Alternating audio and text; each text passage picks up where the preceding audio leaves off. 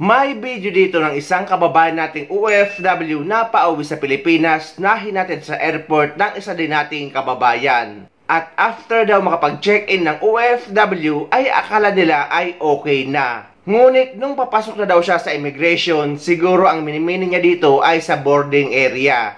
Nahold ang kababayan nating OFW dahil napag-alaman na dapat yung 7 kg na hand carry baggage ay umabot sa 18 kg. Na karamihan sa laman ay asukal, kape at gatas. Hinatid pala namin itong kaibigan naming pauwi ng Pilipinas para sa kanyang bakasyon.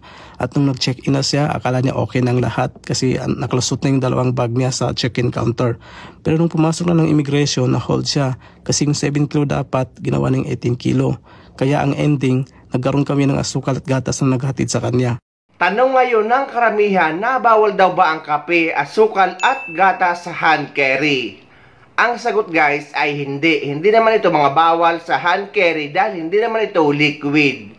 Hinold lang si kabayan at pinabawasan ang kanyang hand carry dahil nga 7 kg lang ang allowed. Pero yung daladala niya ay umabot sa 18 kg. Kagaya nito sa nangyari sa isang kababayan natin. Grabe kahigpit ngayon ng hand carry. Lahat ng mga lalampas ng 7 kilo babawasan. Ayan. May nagsinte. Nagkandara pa yung mga kababayan natin ngayon kasi mahigit na 7 kilo. Kaya guys, kung ano lang ang allowed na kilo na naman ng hand carry natin ay huwag tayong lalampas. Minsan naman kasi may mga airlines na hindi nagkikilo ng hand carry. Kaya kahit ganito ang ginagawa ng mga kababayan natin na umaabot sa 18 kg ang hand carry, ay madalas na nakakalusot. Malas lang ni kabayan namin nakikilo doon kaya nagkalkal siya ng kanyang maleta at dagdag pa ito sa abala.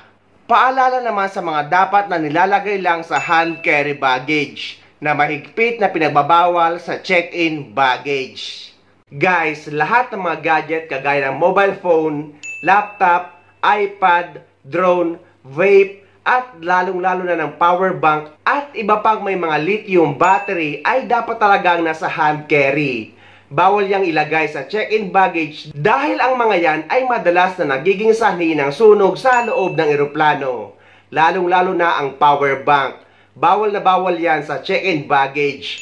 Dapat yan ay nakalagay sa hand carry. Ang dahilan kung bakit sa hand carry lang inaalaw ang lahat ng mga gadgets na may lithium battery ay kapag nagkasunog ay makikita agad ng mga staff o ng mismong pasahero na may dala nito at madaling mapapatay ang apoy. Imagine niyo na lang kung nakalagay ito sa check-in baggage at nangyari ang ganito. Napilitang mag-emergency landing sa Hong Kong isang eroplano dahil sa sumabog na power bank ng isang pasahero.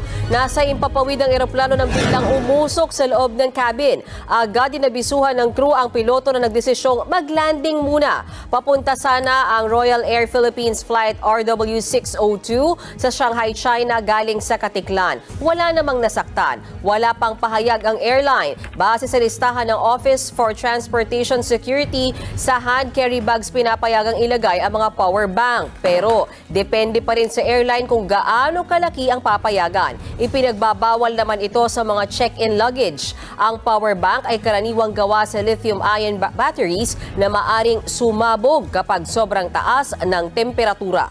So inuulit natin guys na lahat ng mga gadgets na may lithium battery kagaya ng cellphone, laptop, iPad, drone, camera, vape at lalong-lalo na ang power bank at mga hindi ko nabanggit basta may lithium battery. Dapat yan nakalagay sa hand carry at bawal na bawal yan sa check-in baggage. Pero sa mga nagtatanong naman kung pwede daw ba magdala sa check-in baggage ng mga rice cooker, heater at iba pa mga small appliances na hindi naman battery operated or wala namang lithium battery. Yes guys, pwede nyo yan ilagay sa inyong check-in baggage dahil makailang ulit na rin ako nakapagdala niyan pauwi sa Pilipinas at pabalik sa ibang bansa. Basta mga disaksak na hindi gumagamit ng battery or mga hindi rechargeable.